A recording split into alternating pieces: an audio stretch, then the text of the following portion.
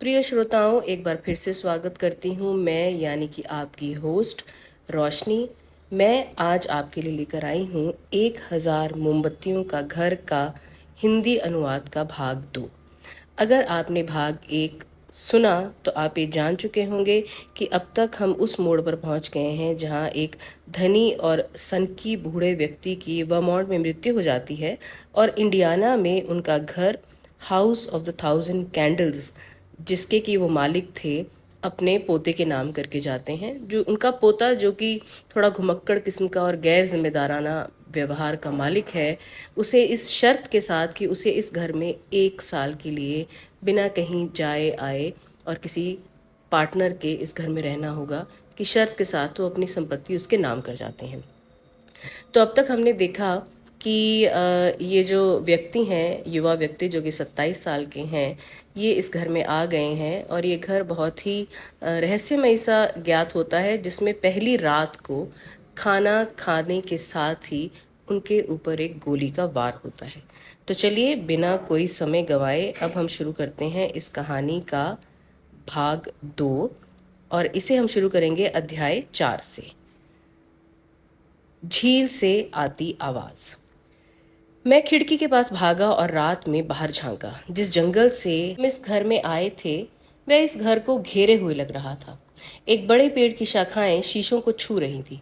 मैं खिड़की के बंधन को खींच रहा था जब मुझे अपनी कोहनी पर बेट्स का एहसास हुआ। क्या कुछ हुआ सर? उसकी अविचल शांति ने मुझे क्रोधित कर दिया। किसी ने खिड़की से मुझ पर गोली चलाई थी और मैं बाल बाल बच गया था। मुझे इस बात पर गुस्सा आया कि इस नौकर ने परिस्थिति को किस बेपरवाही से स्वीकार किया। इसमें बताने लायक कुछ नहीं है बेट्स। किसी ने मेरी हत्या करने की कोशिश की है, बस इतना ही। मैंने शांत व्यंग्यात्मक स्वर में कहा। मैं अभी भी खिड़की के हैंडल को टटोल रहा था। मुझे अनुमति दीजिए सर। और उसने इतनी सहजता से हैंडल ऊपर फेंका कि मेरी झल्लाहट और बढ़ गई। मैं बाहर की ओर झुका और अपने हमलावर का सुराग खोजने की कोशिश करने लगा। बेट्स ने एक और खिड़की खोली और मेरे साथ अंधेरे परिदृश्य का निरीक्षण किया। ये बाहर से मारी गई गोली थी ना सर? बेशक ऐसा था।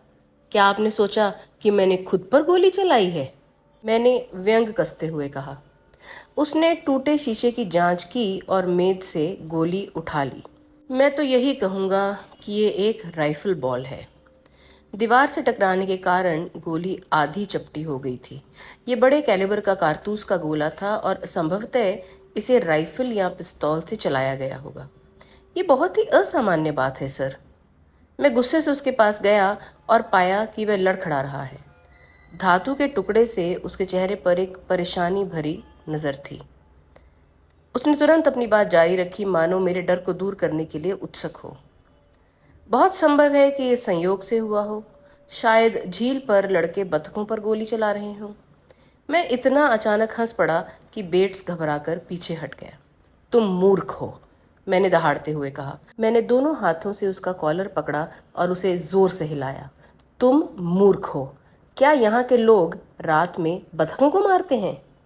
क्या वे हाथी की बंदूकों से जल पक्षियों को मारते हैं और सिर्फ मजे के लिए खिड़कियों से लोगों पर गोली चलाते हैं? मैंने उसे मेज की पीछे की ओर फेंका, जिससे वह उछलकर दूर जा गिरा फर्श पर। मैंने आदेश दिया, उठो और लालटेन लेकर आओ। उसने कुछ नहीं कहा, लेकिन जैसा मैंने उसे कहा था वैसा ही किया। हम लंबे उदास हॉल से होते हुए सामने के दरवाजे तक पहुंचे और मैंने उसे अपने सामने जंगल में भेज दिया।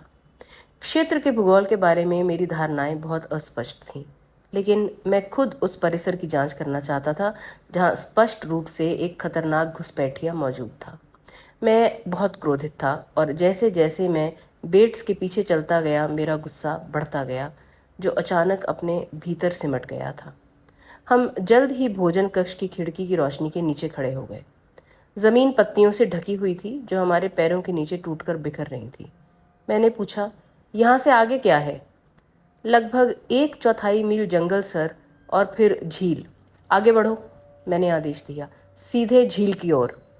मैं जल्द ही ऊबड़ खाबड़ झाड़ियों से गुजर रहा था, जो उसी तरह की थी जिनसे होकर हम घर तक पहुंचे थे। बेट्स मेरे आगे आत्मविश्वास से बढ़ रहा था। बीच बीच में शाखाओं को रोकने के लिए रुकता था। जैसे जैसे मेरा गुस्सा कम होता गया, मुझे लगने लगा मैं एक मूर्खतापूर्ण काम पर निकला हूँ। मैं मैदान की प्रकृति के बारे में पूरी तरह से असमंजस में था। मैं एक ऐसे व्यक्ति का पीछा कर रहा था जिसे मैंने 2 घंटे पहले देखा तक नहीं था और जिस पर मुझे हर तरह की साजिश का शक होने लगा था। ये पूरी तरह से असंभव था कि जिस व्यक्ति ने खिड़की से गोली चलाई थी वह छिपकर इधर उधर घूमेगा, और इसके अलावा लालटेन की रोशनी, पत्तियों के चटकने और शाखाओं के टूटने की आवाज ने हमारे आने का जोरदार संकेत दिया था।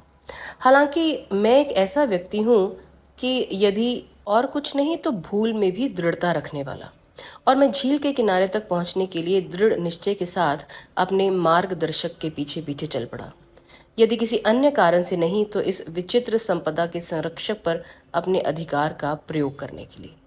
एक झाड़ी ने मुझे जोर से थप्पड़ मारा और मैं अपने चेहरे पर लगी चोट को रगड़ने के लिए रुक गया। क्या आपको चोट लगी है सर? बेट्स ने लालटेन लेकर मुड़ते हुए चिंता से पूछा। बिल्कुल नहीं, मैंने झल्लाकर कहा। मैं अपने जीवन का सबसे अच्छा समय बिता रहा हूँ। क्या इस जंगल में कोई और रास्ता नहीं है? यहाँ से नहीं सर। ये श्री ग्लेनम का विचार था कि लकड़ी को बिल्कुल भी ना छेड़ा जाए। उन्हें लकड़ी के बीच चलने का बहुत शौक था। रात को नहीं, मुझे उम्मीद है। अभी हम कहाँ हैं? झील के बिल्कुल पास सर। तो फिर आगे बढ़ो। मैं बेट्स के साथ, पथहीन वन्य क्षेत्र के साथ, तथा मुझे स्वीकार करना होगा अपने दादा जॉन मार्शल ग्लेनम की भावना के साथ भी धैर्य खो चुका था। हम तुरंत ही एक कंकड़ पत्थर वाले समुद्र तट पर आ गए और बेट्स ने अचानक तख्त पर पैर रख दिया। ये ग्लेनम डॉक है सर, और वह बोट हाउस है। उसने अपनी लालटेन को हमारे बगल में अंधेरे में खड़ी एक छोटी सी इमारत की ओर लहराया। जब हम चुपचाप खड़े थे, तारों की रोशनी में झांक रहे थे, तो मैंने चप्पू की डुबकी और डोंगी की नरम सरकने की आवाज़ साफ सुनी। ये एक नाव है सर। बेट्स ने लालटेन को अपने कोट के नीचे छुपाते हुए फुसफुसाया। मैं उसके पीछे से निकलकर घाट के किनारे तक पहुंच गया। चप्पू शांत और समान रूप से शांत पानी में डूबता रहा, लेकिन आवाज धीमी होती गई। डोंगी मनुष्य की सबसे सुंदर, सबसे संवेदनशील, सबसे अकल्पनीय रचना है। इसके पैडल से आप शांत तटों पर सितारों को डुबो सकते हैं या सपनों के बंदरगाह में चुपके से जा सकते हैं। मैं उस चुपके से छपाक को तुरंत पहचान गया। मैं जानता था कि एक प्रशिक्षित हाथ पैडल को संभाल रहा है। मेन के जंगलों में मेरे बचपनों की गर्मियां ऐसी नहीं थीं। डोंगी का मालिक स्पष्टतः ग्लेनम गोदी के पास से चोरी करके आया था तथा जंगल के रास्ते हमारे आने के शोर से घबराकर भाग गया था। क्या आपके पास नाव है? नाव घर पर ताला लगा है सर, और चाबी मेरे पास नहीं है, उसने बिना किसी उत्साह के उत्तर दिया। बेशक आपके पास ये नहीं है, मैंने उसके अप्रतिष्ठित सम्मान के स्वर और अपनी खुद की लाचारी पर क्रोध से भरकर कहा। मैंने उस जगह को दिन के उजाले में भी नहीं देखा था, और मेरे पीछे का जंगल और मेरे पैरों के पास की झील की छाया और रहस्य की बहुत सारी और चीजें थी। क्रोध से मैंने अपना पैर पटक दिया। वापस रास्ता दिखाओ, मैंने दहाड़ते हुए कहा। मैं जंगल की ओर मुड़ा ही था कि अचानक पानी के पार से एक आवाज आई, एक महिला की आवाज, गहरी, संगीतमय और सोची समझी। सच में अगर मैं तुम्हारी जगह होता तो मुझे इतना गुस्सा नहीं होना चाहिए था, उसने गुस्सा शब्द पर एक स्थायी नोट के साथ कहा। तुम कौन हो? तुम वहां क्या कर रहे हो? मैंने चिल्लाकर पूछा। बस थोड़े शांत विचार का आनंद ले रहा हूँ, धीमे स्वर में मजाकिया उत्तर था। दूर पानी पर मैंने डोंगी की डुबकी और फिसलन सुनी, और फिर एक पल के लिए उसकी रूपरेखा को धुंधला देखा, फिर वह गायब हो गई। झील, आसपास का जंगल, एक अनजान दुनिया थी। डोंगी, सपनों की नाव, फिर से वही आवाज आई। शुभ रात्रि प्रसन्न सज्जनों। ये एक महिला थी सर, बेट्स ने टिप्पणी की, जब हमने पूरे 1 मिनट तक चुपचाप प्रतीक्षा की। तुम कितने चतुर हो, मैंने व्यंग किया। मुझे लगता है कि रात में औरतें यहाँ घूमती रहती हैं, बतखों का शिकार करती हैं या लोगों के घर में चोरी से घुस जाती हैं। ऐसा लगता है ये काफी संभव है सर। मैं उसे झील में फेंकना चाहता था, लेकिन वह पहले ही दूर जा रहा था। लालटेन उसके बगल में झूल रही थी। मैं उसके पीछे पीछे जंगल से होते हुए घर की ओर चल पड़ा। मेरी आत्मा ने बड़ी लाइब्रेरी के उत्साहवर्धक प्रभाव को तुरंत प्रतिक्रिया दी। मैंने फायरप्लेस पर आग जलाई और उसके सामने बैठ गया थका सा। मैं उस घटना से चकित और हैरान था, जो पहले से ही मेरे आने का संकेत दे रही थी। ये निश्चित रूप से संभव था कि छोटे से भोजन कक्ष में मेरे सिर को छूकर निकली गोली एक बेतरतीब गोली थी, जिसका कोई बुरा इरादा नहीं था। मैंने तुरंत इस विचार को खारिज कर दिया और ये झील से चलाई गई होगी। ये कांच को इतनी जोर से तोड़कर इतनी दूर तक नहीं जा सकती थी। खैर, इसके अलावा मैं शायद ही सोच सकता था कि इतनी घने जंगल की पट्टी से एक राइफल की गोली भी बिना किसी बाधा के निकल सकती है। मुझे इस विचार से छुटकारा पाना मुश्किल लगा कि किसी ने मुझ पर गोली चलाई है। झील से आती हुई महिला की मजाकिया आवाज ने मेरी उलझन को और बढ़ा दिया। मैंने सोचा, ये ऐसी आवाज नहीं थी जिसकी उम्मीद कोई देहाती लड़की से कर सकता है। ना ही मैं किसी ऐसे काम की कल्पना कर सकता था जो किसी महिला को अक्टूबर की रात में विदेश में रहने की छूट दे, जिसकी ठंडी हवा आग और दीपक के साथ पहली बार भरोसा जगाती है। पानी के उस पार उस आखिरी चीख में कुछ ऐसा था जो मुझे डरा रहा था, मेरे कानों में बार बार गूंज रहा था। ये एक गुणवत्ता, संस्कार और आकर्षण की आवाज़ थी। शुभ रात्रि प्रसन्न सज्जनों। मैंने सोचा कि इंडियाना में ग्रामीण लोग, चाहे वे युवा हों या वृद्ध, पुरुष हो या महिला, शायद इस प्रकार के अभिवादन के पक्षधर नहीं थे। बेट्स अब प्रकट हुए। माफ कीजिए सर, लेकिन जब भी आप आराम करना चाहें, आपका कमरा तैयार है। मैं घड़ी के तलाश में इधर उधर देखने लगा। घर में कोई घड़ी नहीं है मिस्टर ग्लेनम।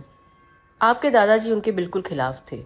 उनका एक सिद्धांत था सर कि वे, जैसा कि उन्होंने कहा, आलस्य के लिए अनुकूल थे। उनका मानना था कि एक आदमी को अपने विवेक से काम लेना चाहिए सर, ना कि घड़ी से। एक दूसरे की तुलना में अधिक सटीक है। मैंने अपनी घड़ी निकालते हुए मुस्कुराया। बेट्स के गंभीर लहजे और गंभीर दुबले चेहरे पर उतना ही जितना मेरे दादाजी के कथन पर। लेकिन वह आदमी मुझे हैरान और परेशान कर रहा था। उसके सादे काले कपड़े, उसके मुलायम बाल, उसका मुंडा हुआ चेहरा मेरे अंदर विरोध की भावना जगा रहा था। बेट्स, अगर तुमने खिड़की से गोली नहीं चलाई तो किसने चलाई? क्या तुम मुझे इसका जवाब दोगे? हाँ सर, अगर मैंने ऐसा नहीं किया तो ये बहुत बड़ा सवाल है कि किसने किया। मैं आपकी बात मानता हूँ सर। मैंने उसे घूर कर देखा। उसने बिना किसी हिचकिचाहट के सीधे मेरी नज़रों का सामना किया। ना ही उसके लहजे या रवैये में कोई अशिष्टता थी। उसने कहा, मैंने ऐसा नहीं किया सर। मैं पेंट्री में था जब मैंने रेफेक्ट्री की खिड़की से टकराने की आवाज़ सुनी। जैसा कि मुझे लगता है गोली बाहर से आई थी सर। तथ्य और निष्कर्ष निसंदेह बेट्स के पास थे और मुझे लगा कि मैंने उस पर अपराध का आरोप लगाने के अपने प्रयास में खुद को उचित रूप से बरी नहीं किया था। कम से कम ये कहा जा सकता है कि मैंने उसके साथ दुर्व्यवहार किया था, जो कि मूर्खतापूर्ण था, और अब मैंने हमले की एक और लाइन आजमाई। बेशक बेट्स, मैं तो बस मजाक कर रहा था। इस मामले में तुम्हारा क्या सिद्धांत है? मेरे पास कोई सिद्धांत नहीं है सर। श्री ग्लेनम ने हमेशा मुझे सिद्धांतों के खिलाफ चेतावनी दी है। उन्होंने कहा, अगर आप मुझे माफ़ करेंगे, अटकलबाजी करने वाले दिमाग में बहुत खतरा होता है। वह आदमी हल्के आयरिश लहजे में बोल रहा था, जो अपने आप में मुझे हैरान कर रहा था। मैं हमेशा से ही बोलने की खासियतों पर ध्यान देता रहा हूँ, और उसकी बोली आयरिश नौकर वर्ग की बोली नहीं थी। लैरी डोनोवन, जो अंग्रेज मूल के थे, कई मौक़ों पर एक अतिरंजित आयरिश बोली का इस्तेमाल करते थे, जो बेट्स की चिकनी तरल टोन से बिल्कुल अलग थी। लेकिन इस मामले में उनके भाषण से ज़्यादा और भी चीज़ें थी मुझे हैरान करने वाली। डोंगी में बैठा व्यक्ति, आप उसके बारे में क्या कहेंगे? मैंने पूछा। मैं उसके बारे में कुछ नहीं कह सकता हूँ सर। इन मैदानों पर कोई महिला या हमारे अलावा कोई भी व्यक्ति नहीं है। लेकिन पड़ोसी तो हैं, किसान, किसी न किसी तरह के लोग झील के किनारे रहते होंगे। कुछ सर, और फिर आपकी अपनी पश्चिमी दीवार से काफ़ी दूर स्कूल है। मेरे स्वामित्व, मेरी अपनी दीवार, जैसा कि उन्होंने कहा, के बारे में उनका हल्का सा उल्लेख मुझे प्रसन्न कर गया। ओह हाँ, एक स्कूल है लड़कियों का। हाँ, मिस्टर पिकरिंग ने इसका जिक्र किया था। लेकिन लड़कियां इस मौसम में रात में झील पर शायद ही कभी नाव चलाती हों या बतखों का शिकार करती हों। तुम क्या कहोगे बेट्स? मुझे नहीं लगता कि वो कोई गोलीबारी करते हैं श्री ग्लेनम। ये एक बहुत ही सख्त स्कूल है। मुझे लगता है सभी मामलों में। और शिक्षक, क्या वे भी सभी महिलाएं हैं? वे सेंट अगाथा की बहनें हैं। मुझे लगता है कि उन्हें बुलाते हैं। मैं कभी कभी उन्हें विदेश में भी घूमते हुए देखता हूँ। वे बहुत शांत पड़ोसी हैं और आमतौर पर गर्मियों में वे चले जाते हैं, सिस्टर टेरेसा को छोड़कर। स्कूल ही उनका नियमित घर है सर, और दीवार के पास ही एक छोटा सा चैपल है। युवा पादरी वहाँ रहता है, और माली ये मैदान में एकमात्र अन्य व्यक्ति है। इसलिए मेरे निकटतम पड़ोसी प्रोटेस्टेंट नन और स्कूली छात्राएं थीं, और साथ ही विविधता के लिए पादरी और माली भी थे। फिर भी पादरी एक सामाजिक संसाधन हो सकता है। मेरे दादा की वसीयत में ऐसा कुछ भी नहीं था जो मुझे पादरी से परिचित होने से रोक सके। मुझे ये भी लगा कि ये खेल का एक हिस्सा हो सकता है। मेरी आत्मा की देखभाल एक ग्रामीण पादरी द्वारा की जानी थी, जबकि कुछ और करने के लिए नहीं होने के कारण मुझे अपना ध्यान वास्तुकला के अध्ययन पर लगाना था। बेट्स, मेरा रक्षक और गृह स्वामी, जानबूझकर सावधानी से चूल्हा साफ कर रहा था। मुझे मेरा कमरा दिखाओ, मैंने उठते हुए कहा, फिर मैं सोने चला जाऊंगा। वह कहीं से एक बड़ा पीतल का मोमबत्ती नुमा बर्तन ले आया जिसमें 1 दर्जन बत्तियां जल रही थीं, और उसने बताया, ये श्री ग्लेनम की आदत थी। वे हमेशा बिस्तर पर जाने के लिए इसी का इस्तेमाल करते थे। मुझे यकीन है कि वे चाहेंगे कि आपके पास भी ये हो सर। मुझे लगा कि मैंने उस आदमी की आवाज़ में कुछ कंपन महसूस किया। मेरे दादाजी की यादें उसे बहुत प्रिय थीं, मैंने सोचा, और मुझे उसके लिए दया आ गई। बेट्स, आप श्री ग्लेनम के साथ कितनी देर तक रहे थे? मैंने पूछा, जैसे ही मैं उसके पीछे हॉल में गया।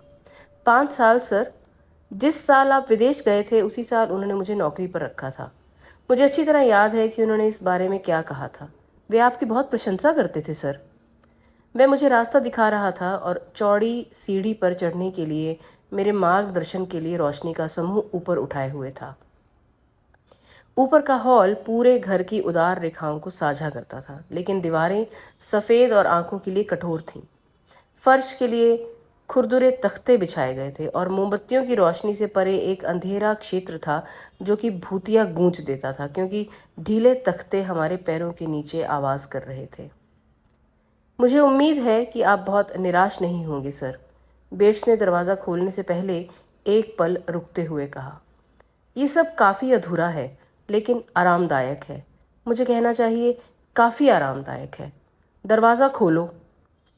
वह मेरा मेज़बान नहीं था, और मुझे उसकी माफ़ी पसंद नहीं आई।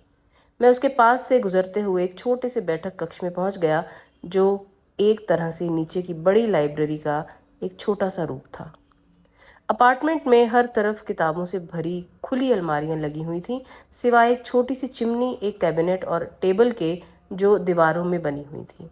कमरे के बीच में एक लंबी मेज थी जिस पर लिखने की सामग्री अच्छे से रखी हुई थी।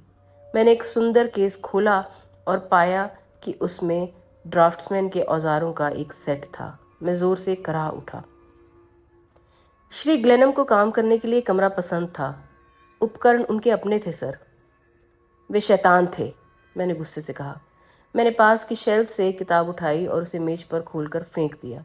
ये किताब थी the tower, it's early use for purpose of defence, London 1816। मैंने उसे जोर से बंद कर दिया। शयन कक्ष उस पार है सर। मुझे आशा है, अब और आशा मत करो, मैंने गुर्राहट के साथ कहा, और इसे कोई फर्क नहीं पड़ता है कि मैं निराश हूँ या नहीं। बिल्कुल नहीं सर, उसने ऐसे लहजे में जवाब दिया कि मुझे खुद पर शर्म आ गई। बगल का बेडरूम छोटा था और उसमें बहुत कम सामान था। दीवारें रंगी हुई नहीं थीं, और उन पर केवल अंग्रेजी गिरजाघरों, फ्रेंच महलों और वास्तुकला में ज्ञात सर्वोत्तम चीज़ों के प्रिंट थे।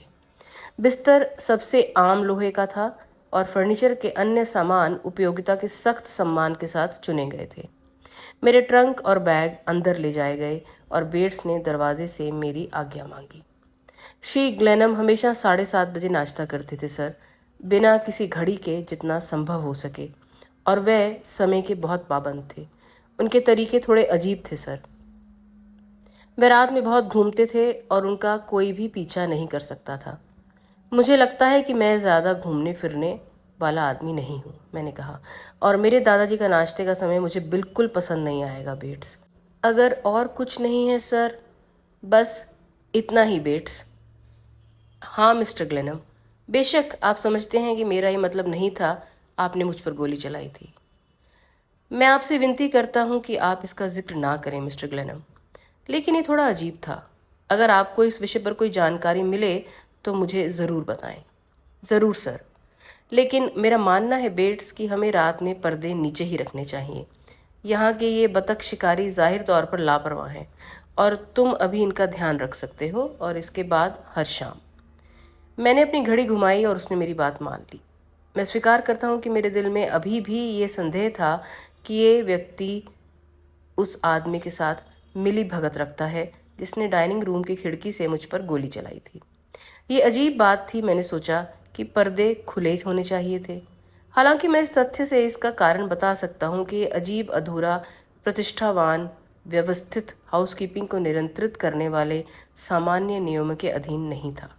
बेट्स को स्पष्ट रूप से मेरी शंकाओं का पता था और उसने अपनी नज़र नीचे करते हुए कहा, श्री ग्लेनम कभी पर्दे नहीं नीचे करने देते थे सर। ये उनकी एक कहावत थी। अगर मैं उनके शब्दों को दोहरा सकता हूँ कि उन्हें खुलापन पसंद था। ये पूर्वी खिड़कियां हैं और उन्हें प्रकाश से जागने में एक शांत आनंद मिलता था। ये उनकी विचित्रताओं में से एक थी सर। बिल्कुल, बस इतना ही बेट्स। उसने गंभीरता पूर्वक मुझे शुभ रात्रि कहा और मैं उसके पीछे पीछे बाहरी दरवाजे तक गया और उसकी विदाई की छवि को देखा जो उसकी जेब से निकली एक मोमबत्ती से रोशन थी। मैं कई मिनट तक खड़ा होकर उसके कदमों की आवाज़ सुनता रहा। नीचे हॉल में उसका पीछा करता रहा जहाँ तक घर के बारे में मेरी जानकारी थी। फिर अज्ञात क्षेत्रों में मैं दरवाजे बंद होने और बोल्ट खुलने की आवाज़ सुन सकता था। वास्तव में मेरा जेलर एक मेहनती व्यक्ति था। मैंने अपना ट्रैवलिंग केस खोला और उसमें रखी हुई चीज़ें ड्रेसिंग टेबल पर रख दी। मैं अपनी सभी रोमांचों के दौरान एक फोल्डिंग लेदर फोटो होल्डर साथ रखता था जिसमें मेरे पिता और माँ और मेरे दादा जॉन मार्शल ग्लेनम के चित्र थे, और इसे मैंने छोटे से बैठक कक्ष में मेंटल पर रख दिया।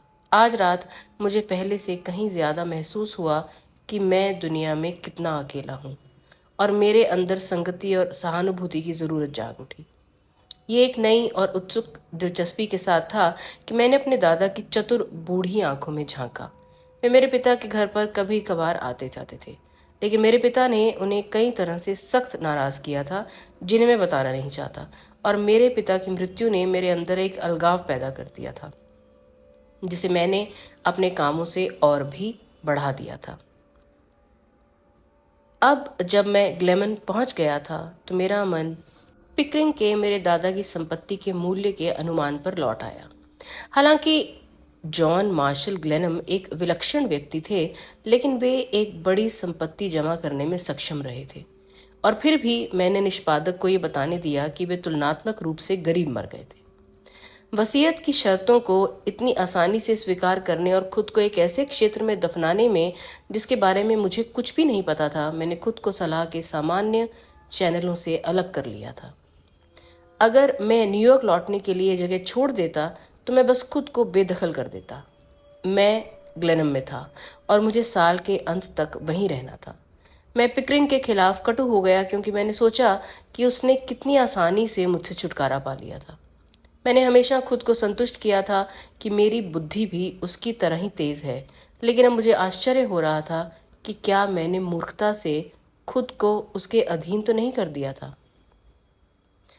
यहाँ खत्म होता है अध्याय 4 और अब हम बढ़ते हैं अध्याय 5 की ओर, एक लाल टेम ओशंटर।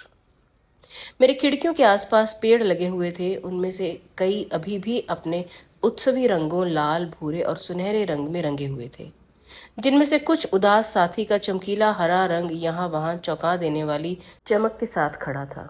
मैंने एक पुराना कॉर्डरॉय आउटिंग सूट और भारी जूते पहने विदेश में घूमने के लिए तैयार और नीचे चला गया। सुबह की रोशनी में जब मैंने इस विशाल पुस्तकालय को देखा तो ये पहले से कहीं ज्यादा बड़ा लग रहा था। मैंने एक फ्रांसीसी खिड़की खोली और पत्थर की छत पर बाहर निकल आया, जहाँ से मुझे घर के बाहरी हिस्से का अच्छा नज़ारा देखने को मिला, जो एक संशोधित ट्यूडर साबित हुआ, जिसमें 2 मीनारें और 2 मीनारें थीं। इनमें से एक मीनार आधी अधूरी ही बनी थी और उस पर और घर के दूसरे हिस्सों पर अभी भी कामगारों की मचान टिकी हुई थी। पत्थरों के ढेर और लकड़ी के ढेर बहुत अव्यवस्थित तरीके से बिखरे हुए थे। घर आंशिक रूप से एक खड्ड के किनारे पर फैला हुआ था, जिसके माध्यम से एक पतली सी खाड़ी झील की ओर बहती थी। लाइब्रेरी के ठीक बाहर छत एक चौड़ी बैल्कनी बन गई और उसके नीचे भारी पत्थर के खंभों के चारों ओर पानी सुखद रूप से बुदबुदाता था। दो सुंदर देहाती पुल खड्ड पर बने थे, एक सामने के प्रवेश द्वार के पास, दूसरा पीछे की ओर। मेरे दादाजी ने अपने घर को एक उदार योजना के साथ शुरू किया था, लेकिन पेड़ों के बीच दबे होने के कारण इसमें परिप्रेक्ष्य की कमी थी। हालांकि झील की एक ओर एक सुंदर घास का मैदान था जो एक जल टावर से टूटा हुआ था, और पश्चिमी विभाजन दीवार के ठीक पीछे मुझे एक छोटा सा चैपल दिखाई दिया, और उससे भी आगे उसी दिशा में जंगल की एक अन्य पट्टी में सेंट अगाथा की इमारतों की रूपरेखा धुंधली सी दिखाई दे रही थी। मुझे ये सोचकर हंसी आ रही थी कि सज्जन नन और स्कूली लड़कियां पड़ोसी हैं। मैंने उनसे बस इतना ही कहा कि वे दीवार के अपने हिस्से में ही रहें। मैंने अपने पीछे बेट्स के सावधान कदमों की आवाज़ सुनी। सुप्रभात श्री ग्लेनम, मुझे विश्वास है कि आपने काफ़ी अच्छी तरह से आराम किया होगा सर। उसका शरीर उतना ही कठोर था, उसकी आवाज़ रात की तरह ही सम्मानजनक और बेरंग थी। सुबह की रोशनी में उसका चेहरा पीला पड़ गया था। उसने मेरी परीक्षा को शांति से सहन किया। ये काफ़ी है, उसकी आंखें। वास्तव में उसके बारे में ये सबसे अच्छी चीज़ थी। मिस्टर ग्लेनम ने इसे प्लेटफॉर्म कहा था। मुझे लगता है कि ये हेमलेट में है सर। मैं ज़ोर से हंसा। एलन सौर, महल से पहले एक मंच। ये श्रीमान ग्लेनम की छोटी छोटी कल्पनाओं में से एक थी। आप इसे ऐसा कह सकते हैं सर। और भूत? डेनमार्क की हत्या की गई महिमा दिन में कहाँ रहती है? मुझे डर है ये प्रदान नहीं किया गया था सर। जैसा कि आप देख रहे हैं श्री ग्लेनम, घर काफ़ी अधूरा है। मेरे दिवंगत मालिक ने अपनी सभी योजनाओं को पूरा नहीं किया था। बेट्स कभी नहीं मुस्कुराया। मुझे लगता है कि वह कभी भी नहीं मुस्कुराया होगा। और मुझे आश्चर्य है कि क्या जॉन मार्शल ग्लेनम ने उस आदमी की हास्य की कमी का फ़ायदा उठाया था। मेरे दादाजी के पास मजाक करने का एक खास गंभीर विडंबनापूर्ण उपहार था, और काफ़ी संभावना है कि उन्होंने अपने नौकर पर प्रयोग करके खुद को खुश किया हो। आप जब चाहें नाश्ता कर सकते हैं श्रीमान। और इस प्रकार सलाह देते हुए मैं भोजन कक्ष में चला गया। मेरे सामने एक अखबार रखा था। यह शिकागो के एक दैनिक अखबार का सुबह का अंक था। तब मैं पूरी तरह से दुनिया से बाहर नहीं था, मैंने सोचा शीर्षकों को देखते हुए। आपके दादाजी ने शायद ही कभी अखबार देखा हो। मिस्टर ग्लेनम को पुराने समय में ज़्यादा दिलचस्पी थी। वे ऐसे व्यक्ति नहीं थे जिन्हें आप आधुनिक कह सकें, अगर आप इस कथन को माफ़ करेंगे सर। तुम्हारा ये कहना बिल्कुल सही है बेट्स। वे अपनी सहानुभूति में एक मध्यकालीन व्यक्ति थे। इस शब्द के लिए धन्यवाद सर। मैंने अक्सर उन्हें इसे खुद पर लागू करते सुना है। सादा ऑमलेट आपके दादाजी को बहुत पसंद था। मुझे उम्मीद है कि आपको भी पसंद आएगा सर। ये बहुत बढ़िया है बेट्स, और आपकी कॉफ़ी तो तारीफ से परे है। धन्यवाद श्री ग्लेनम, मुझे खुशी है कि ये आपको पसंद आया सर। उसने मुझे इस तरह से बिठाया था कि मेरा मुंह खिड़कियों की तरफ हो। ये मेरे आराम और सुरक्षा का ख्याल था कि जिसकी मैं सराहना करता हूँ। टूटे शीशे ने उस शॉट की कहानी बयां कर दी जो इतना भयानक था। पिछली रात मैं बाल बाल बच गया था। मैं आज ही इसकी मरम्मत कर दूंगा सर। बेट्स ने खिड़की पर मेरी आंखें देखकर टिप्पणी की। आप जानते हैं कि मुझे इस जगह पर एक साल बिताना है। मुझे लगता है कि आप परिस्थितियों को समझते हैं, मैंने कहा। ये समझदारी भरा कदम था कि हम एक दूसरे को समझें। बिल्कुल मिस्टर ग्लेनम, मैं एक छात्र हूँ, आप जानते हैं, और बस यही चाहता हूँ कि मुझे अकेला छोड़ दिया जाए। मैंने ये बात खुद को आश्वस्त करने के लिए कही, ना कि उसकी जानकारी के लिए। मैंने सोचा कि थोड़ा अधिकार जताना भी ठीक ही है, भले ही वह व्यक्ति निसंदेह पिकरिंग का प्रतिनिधित्व करता हो और उससे आदेश प्राप्त करता हो। 1 या 2 दिन में, या जैसे ही मैं इस जगह का आदी हो जाऊंगा, मैं लाइब्रेरी में काम करने लगूंगा। आप मुझे 7:30 बजे नाश्ता, 1:30 बजे दोपहर का खाना और 7 बजे रात का खाना दे सकते हैं। ये तो मेरे दिवंगत गुरु के समय थे सर। बहुत बढ़िया। और मैं आपकी पसंद की कोई भी चीज़ खा लूँगा, सिवाय मटन शोरबा, मीट पाए और डिब्बा बंद स्ट्रॉबेरी के। डिब्बे में बंद स्ट्रॉबेरी बेट्स मनुष्य की आत्मा को ऊपर उठाने के लिए अच्छी नहीं होती। मैं आपसे पूरी तरह से सहमत हूँ सर, अगर आप मेरी राय को माफ़ कर दें। और बिल, उनका खर्चा मिस्टर पिकरिंग उठाते हैं। वे मुझे घर के खर्चे के लिए भत्ता भेजते हैं। तो क्या तुम्हें अब भी उसी तरह उसे रिपोर्ट देनी है? मैंने सिगार जलाने के लिए इस्तेमाल की गई माचिस बुझा दी और सिगरेट खत्म होते देखने लगा। मुझे लगता है कि यही विचार है सर। मजबूरी में रहना अच्छा नहीं लगता। अपनी आज़ादी पर अंकुश लगना, जासूसी के प्रति सचेत रहना। बिना कुछ कहे उठ खड़ा हुआ और हॉल में चला गया। आप चाबियां लेना पसंद कर सकते हैं, बेट्स ने मेरे पीछे आते हुए कहा। बाहरी दीवार में गेट के लिए 2 चाबियां हैं और सेंट अगाथा के गेट के लिए 1। वह चिन्हित है, जैसा कि आप देख सकते हैं। और यहाँ होल डोर की चाबी है और बोट हाउस की चाबी है, जिसे आपने कल रात मांगा था।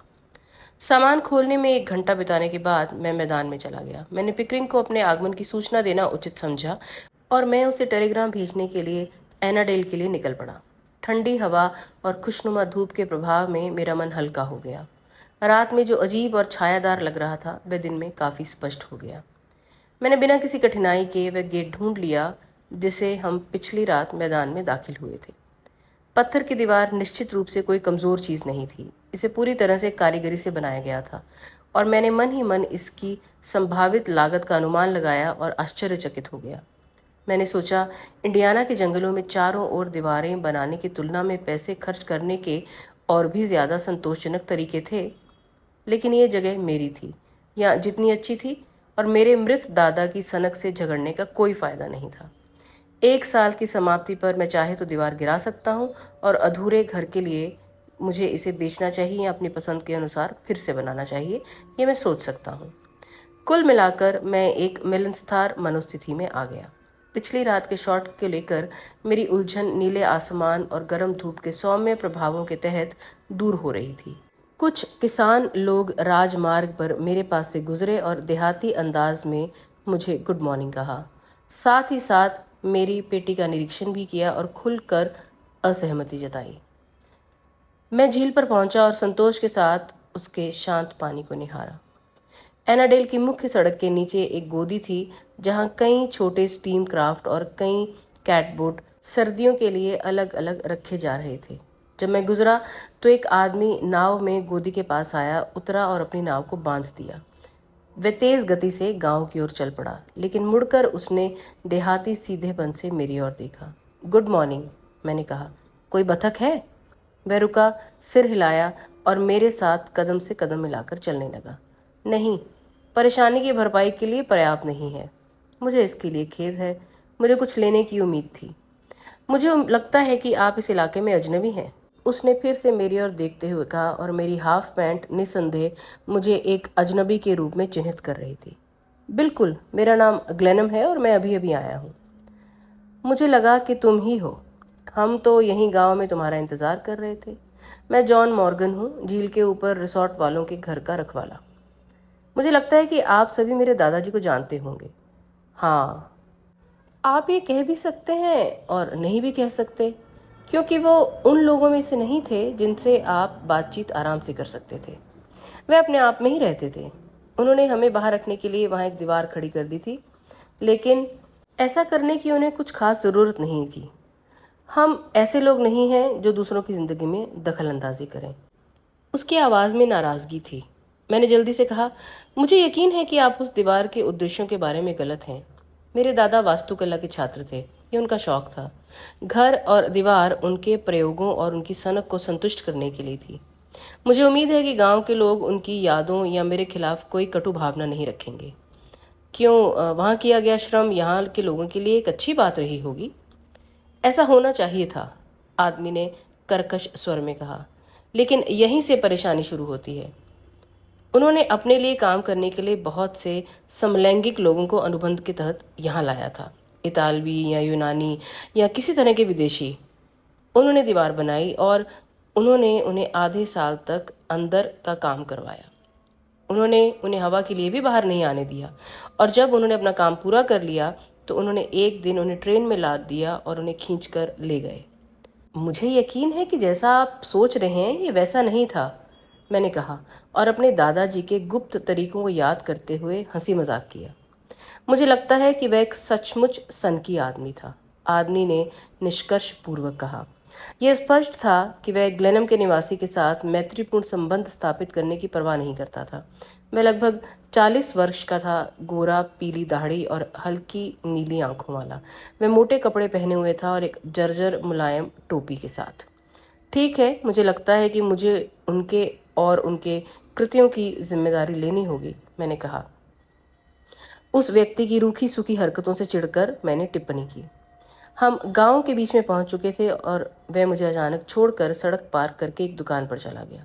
मैं रेलवे स्टेशन की ओर बढ़ता रहा, जहां मैंने अपना संदेश लिखा और उसका भुगतान किया। जब मैं अपनी जेबों में से पैसे निकाल रहा था तो स्टेशन मास्टर ने मेरी सावधानी पूर्वक जांच की। क्या आप चाहते हैं कि आपके तार घर पर पहुंचा दिए जाएं? उन्होंने पूछा। जी, कृपया, मैंने उत्तर दिया और वह बिना मेरी ओर देखे अपने क्लिकिंग उपकरणों की मेज की ओर मुड़ गया।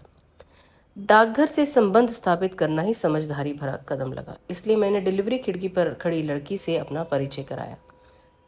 आपके पास पहले से एक बक्सा है, उसने मुझे सलाह दी। एक लड़का आपके घर तक डाक ले जाता है, मिस्टर बेट्स ने उसे काम पर रखा है। बेट्स ने खुद मुझे ये जानकारी दी थी, लेकिन लड़की को ये जानकारी एक खास गंभीरता के साथ देने में खुशी मिल रही थी। फिर मैंने मुख्य दवा की दुकान से साबुन का एक टुकड़ा खरीदा और किराने की दुकान से धूम्रपान तंबाकू का एक पैकेट खरीदा, जिसकी मुझे ज़रूरत नहीं थी। मेरे आने की खबर जाहिर तौर पर गांव वालों तक पहुंच चुकी थी। मैं इतना अहंकारी था कि मुझे लगा कि मेरी मौजूदगी शायद उन्हें दिलचस्प लगेगी, लेकिन स्टेशन मास्टर, पोस्ट ऑफिस की लड़की और दुकानों के क्लर्कों ने मेरे साथ बहुत ही ठंडे तरीके से व्यवहार किया। उन्होंने मुझ पर जो ठंड डाली उसमें एक खास तरह की समानता थी, जैसे कि ठंड की एक खास डिग्री पहले से ही तय कर दी गई हो। मैंने अपने कंधे उचकाए और ग्लेनम की ओर मुड़ा। मेरे दादाजी ने मेरे पड़ोसियों के बीच अविश्वास की खुशनुमा विरासत छोड़ी थी, जो शायद उनके घर पर काम करने के लिए एक विदेशी मजदूरों को लाने का नतीजा था। उदास मॉर्गन ने भी यही संदेश दिया था, लेकिन इससे कोई खास फर्क नहीं पड़ा।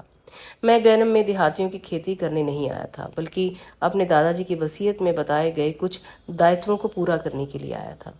मैं यूं कहें तो कर्तव्य पर था और मैं ज़्यादा पसंद करता था कि गांव वाले मुझे अकेला छोड़ दें। इन विचारों से खुद को सांत्वना देते हुए मैं घाट पर पहुंचा, जहां मैंने देखा कि मॉर्गन पानी पर पैर लटकाए बैठा पाइप पी रहा था। मैंने उसकी तरफ से हिलाया, लेकिन उसने मुझे ना देखने का नाटक किया। एक क्षण बाद वह अपनी नाव में कूद गया और झील में चला गया। जब मैं घर लौटा तो बेट्स रसोई में काम कर रहा था। ये एक बड़ा चौकोर कमरा था, जिसकी दीवारों में भारी लकड़ी दिख रही थी और छत नीची थी। वहाँ एक बहुत बड़ी चिमनी थी, जिसमें एक क्रेन और बॉब्स लगे हुए थे, लेकिन व्यवहारिक उद्देश्यों के लिए एक छोटी सी रेंज प्रदान की गई थी। बेट्स ने शांतिपूर्वक मेरा स्वागत किया।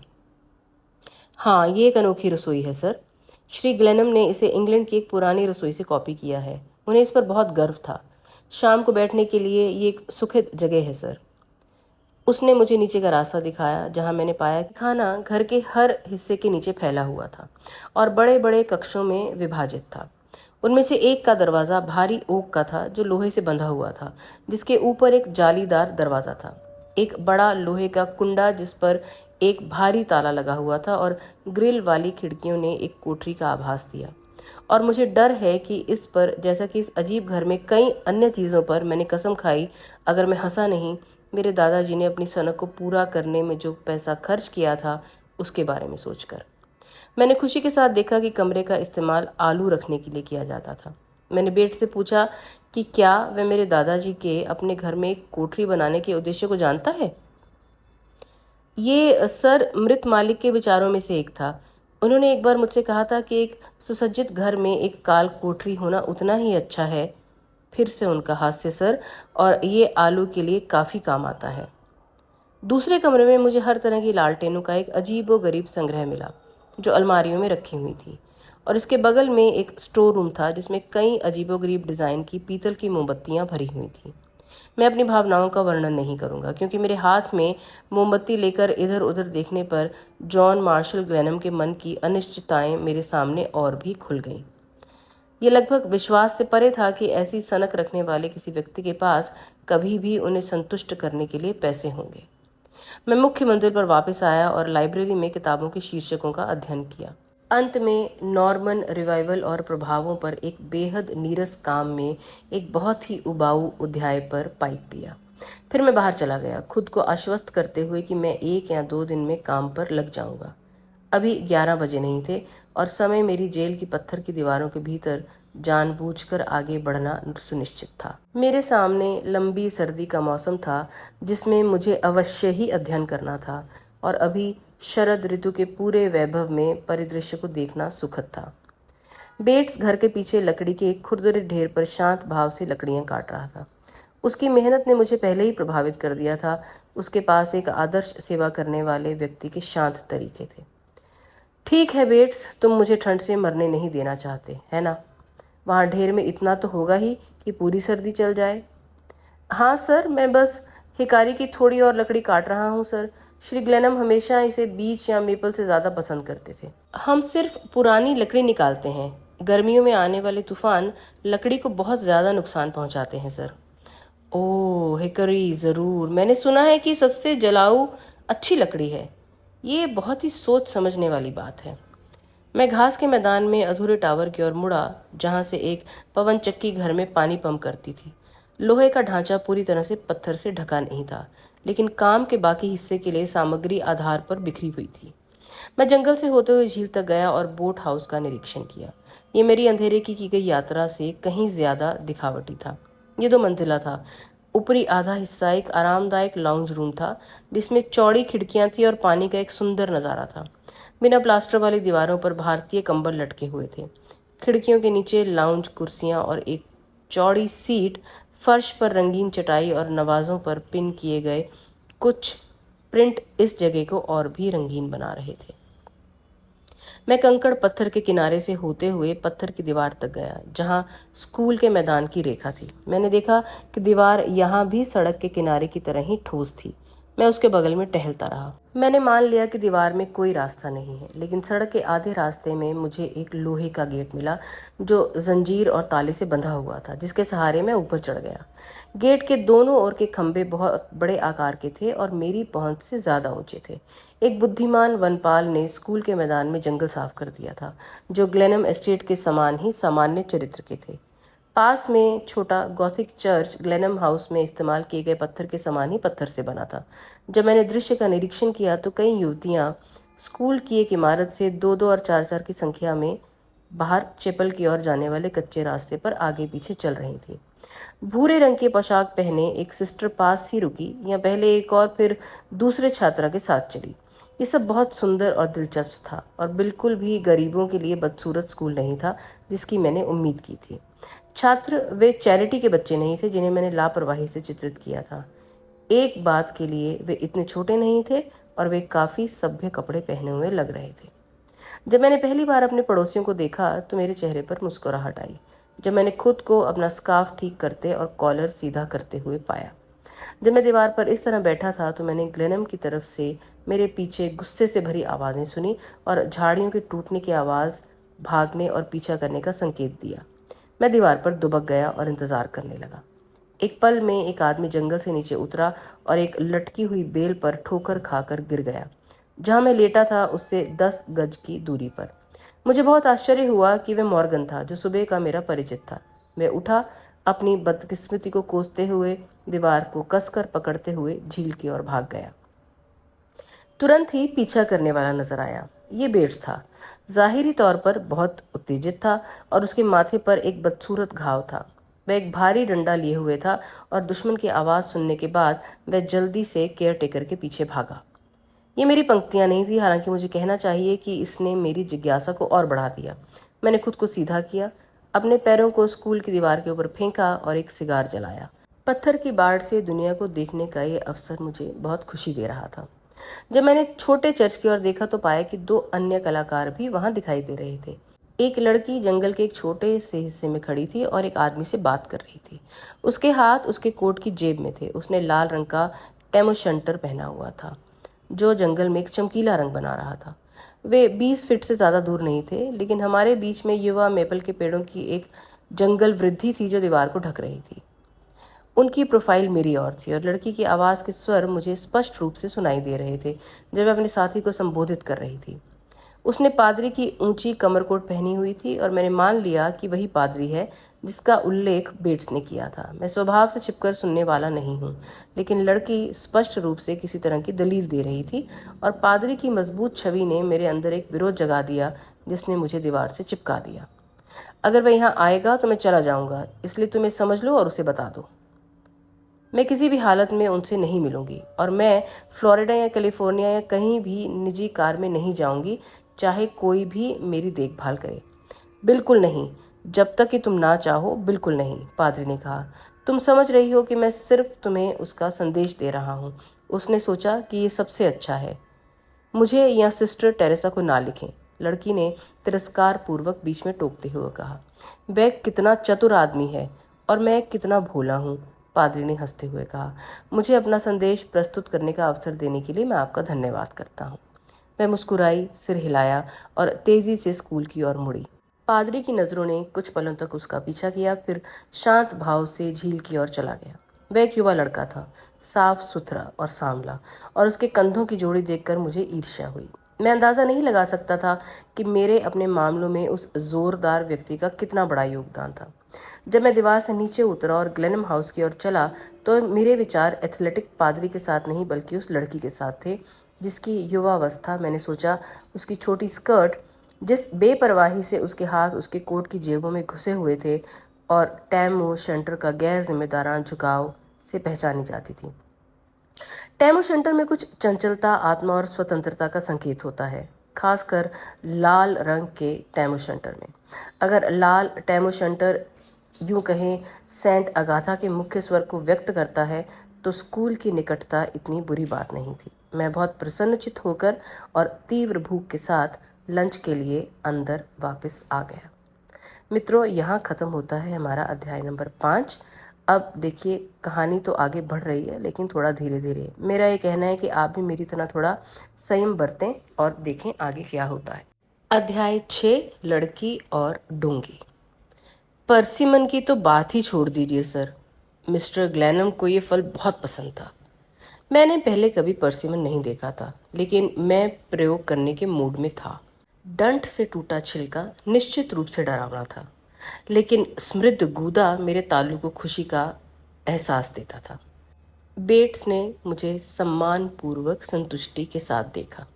उसकी दाहिनी आंख पर मांस के रंग के कोट प्लास्टर की एक साफ पट्टी की उपस्थिति से उसकी गंभीरता किसी भी हद तक कम नहीं हुई थी। हवा में अर्निका की हल्की सी झलक लटकी हुई थी। ये एक शांत जीवन है, मैंने टिप्पणी की, ताकि उसे सुबह की घटना के बारे में बताने का अवसर मिल सके। आप बिल्कुल सही कह रहे हैं सर, जैसा कि आपके दादाजी कहा करते थे, ये शांति का स्थान है। मैंने सुझाव दिया, जब कोई खिड़की से आप पर गोली नहीं चलाए तो। ऐसी बात किसी भी सज्जन के साथ घटित हो सकती है, उन्होंने उत्तर दिया, लेकिन एक बार से अधिक ऐसा होने की संभावना नहीं है यदि आप इस दर्शन को स्वीकार करें। उसने केयरटेकर के साथ हुई अपनी मुठभेड़ का जिक्र नहीं किया और मैंने इस बारे में अपनी जानकारी को अपने तक ही सीमित रखने का फैसला किया। मैं हमेशा एक गुनहगार को अपना गुनाह इकबाल करने का एक मौका देना पसंद करता हूँ, और यहाँ एक ऐसा मामला था, मैंने तर्क दिया, जहाँ अगर बेट्स पिकरिंग द्वारा उसे सौंपे गए कर्तव्यों के प्रति बेवफा था तो उसकी विश्वासघात की सच्चाई अंततः खुद को प्रकट करने के लिए बाध्य थी। जब मैंने उसकी ओर देखा तो उसके चेहरे पर घोर निराशा के भाव देखकर मैं आश्चर्यचकित रह गया, क्योंकि वह मेरी कुर्सी के पीछे हाथ जोड़े खड़ा था। वह घबरा गया और चौंक गया। फिर उसने अपना हाथ अपने माथे पर रख लिया। आज सुबह मेरे साथ एक छोटी सी दुर्घटना हुई सर। हिकारी बहुत मजबूत है सर। लकड़ी का टुकड़ा मेरे ऊपर उड़कर आ गिरा। बहुत बुरा हुआ, मैंने सहानुभूति के साथ कहा। आज दोपहर को थोड़ा आराम कर लेना बेहतर होगा। धन्यवाद सर, लेकिन ये एक छोटी सी बात है, आप इसे एक तुच्छ बात समझ सकते हैं। उसने मेरी सिगरेट में माचिस जलाई और मैं बिना उसकी ओर देखे ही चला गया। लेकिन जैसे ही मैं लाइब्रेरी की दहलीज पार कर रहा था, मैंने ये नोट तैयार किया। बेट्स एक झूठा आदमी है, एक बात के लिए, और दूसरी बात के लिए सक्रिय दुश्मनों वाला व्यक्ति है। उस पर नजर रखें। सभी बातों को ध्यान में रखते हुए दिन काफी अच्छा बीत रहा था। मैंने एक किताब उठाई और अपने अन्वेषण को जारी रखने से पहले खुद को एक आरामदायक सोफे पर धूम्रपान करने और विचार करने के लिए लिटा दिया। जब मैं वहां लेटा था, बेट्स ने मुझे एक टेलीग्राम भेजा जो पिकरिंग को भेजे गए मेरे संदेश का उत्तर था। इसमें लिखा था, आपके आगमन की सूचना प्राप्त हो गई है और दाखिल कर दी गई है। ये निश्चित रूप से एक अजीब काम था, ग्लेनम के लिए मेरा काम। मैं कुछ घंटों तक सपने देखता रहा और बड़े क्रिस्टल झूमर में मोमबत्तियां गिनता रहा, जब तक कि मेरी आंखें दुखने नहीं लगीं। फिर मैं उठा, अपनी टोपी ली और जल्द ही झील की ओर चल पड़ा। नाव घर में कई छोटी नावें और एक नेफ्था लॉन्च था। मैंने एक डोंगी पानी में उतारी और गर्मियों की कॉलोनी की ओर रवाना हो गया, जिसमें गैबल्स और चिमनी ग्लेनम तट से स्पष्ट रूप से दिखाई दे रहे थे। मैं उतरा और पत्तों से भरे रास्तों पर आराम से घूमता रहा। करीब 100 झोंपड़ियां थीं, जिनकी खिड़कियां और बरामदे पर सर्दियों के पर्दे एक उदास और अप्रतिरोध्य वातावरण देते थे। एक जगह पर एक कैसीनो था, जिसका चौड़ा बरामदा झील के किनारे पर लटका हुआ था, जबकि नीचे पानी के किनारे एक नाव घर था। इस जगह से मुझे झील का एक सुंदर दृश्य दिखाई दे रहा था और मैंने इस क्षेत्र की स्थलाकृति को अपने दिमाग में ठीक करने के लिए इसका लाभ उठाया।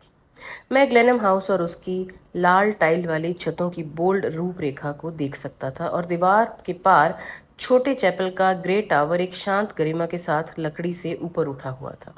पेड़ों के ऊपर हर जगह शरद ऋतु का छायादार धुआं लटक रहा था। मैं वापस घाट पर आया, जहां मैंने अपनी डोंगी छोड़ी थी, और उसमें पैर रखने ही वाला था कि मैंने देखा कि पास ही एक और नाव, जो मेरे जैसी ही थी लेकिन गहरे मैरून रंग में रंगी हुई थी, उसी तरह की लैंडिंग प्लेस पर हिल रही थी। मुझे यकीन था कि जब मैं वहां उतरा था तब वह डोंगी वहां नहीं थी। संभवतः ये मॉर्गन की थी, जो कि केयरटेकर था। मैं वहां गया और उसकी जांच की। मैंने उसका वजन जांचने के लिए उसे पानी में थोड़ा ऊपर भी उठाया। चप्पू मेरे बगल में घाट पर पड़ा था और मैंने उसका भी गंभीरता से वजन किया और फैसला किया कि ये मेरे स्वाद के हिसाब से थोड़ा हल्का है। कृपया, अगर आपको कोई आपत्ति ना हो, मैं लाल रंग की तमोशंटर वाली लड़की के सामने जाकर खड़ा हो गया। मैं आपसे क्षमा चाहता हूँ, मैंने डोंगी से दूर हटते हुए कहा। उसने सुबह का कोट नहीं पहना था, बल्कि एक लाल बुना हुआ जैकेट पहना था, जिसके बटन उसके चारों ओर कसकर बंधे थे। वह जवान थी और उसमें जवानी के सभी लक्षण थे। गहरे नीले रंग की 2 आंखों ने मुझे अच्छे स्वभाव वाली जिज्ञासा से देखा।